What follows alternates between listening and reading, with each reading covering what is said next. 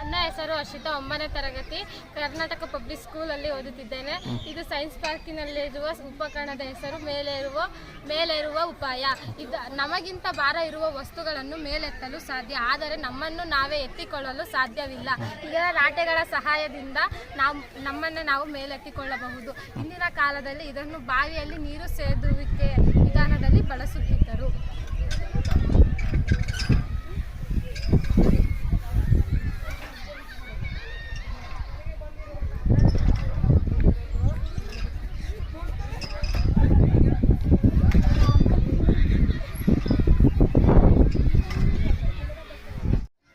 ನನ್ನ ಹೆಸರು ಶೋಭಿತ್.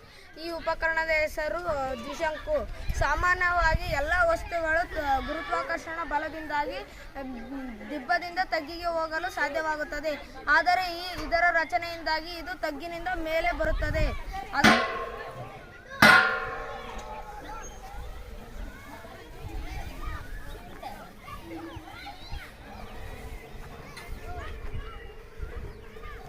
ನೋಡಿ, ಇದರ ರಚನೆಯಿಂದಾಗಿ ಇದು ತಗ್ಗಿನಿಂದ ದಿಬ್ಬಕ್ಕೆ ಹೋಗಲು ಸಾಧ್ಯವಾಗುತ್ತದೆ. ಇದರ ಆಕಾರ ಹೆಸರೇ.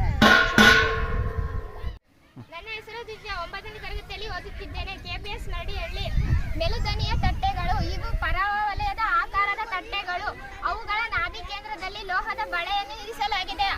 ಒಂದು ತಟ್ಟೆಯನ್ನು ನಾಭಿ ಕೇಂದ್ರದಲ್ಲಿ ಮಾಡುವ ಕ್ಷೀಣ ಶಬ್ದದ ಬೀಗದ ಕೈ, ಗೋಲ್ಸಾಲಿನ ಶಬ್ದ ಅಥವಾ ನಾಣ್ಯಗಳ ಶಬ್ದ ದೂರದಲ್ಲಿರುವ ಇನ್ನೊಂದು ತಟ್ಟೆಯ ನಾಭಿ ಕೇಂದ್ರದಲ್ಲಿ ಕಿವಿ ಇರಿಸಿದವರೆಗೆ ಸ್ಪಷ್ಟವಾಗಿ ಕೇಳುತ್ತದೆ.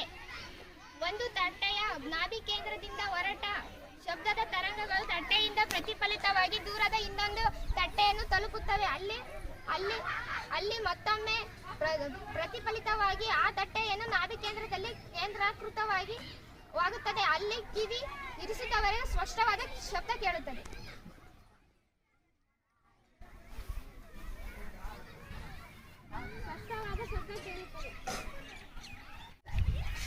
ನನ್ನ ಹೆಸರು ಪ್ರಕಾಶ್ PK. ನನಗೆ ಬಂದಿರುವ ಟಾಪಿಕ್ ತಿರುಗುವ ಕುರ್ಚಿ. ಕಬ್ಬಿಣದ ಭಾರದ ಬಟ್ಟುಗಳನ್ನು ಕೇಂದ್ರದ ಕಡೆಗೆ ಎಳೆದುಕೊಂಡಾಗ ಜೋರವಾಗಿ ತಿರುಗುತ್ತದೆ.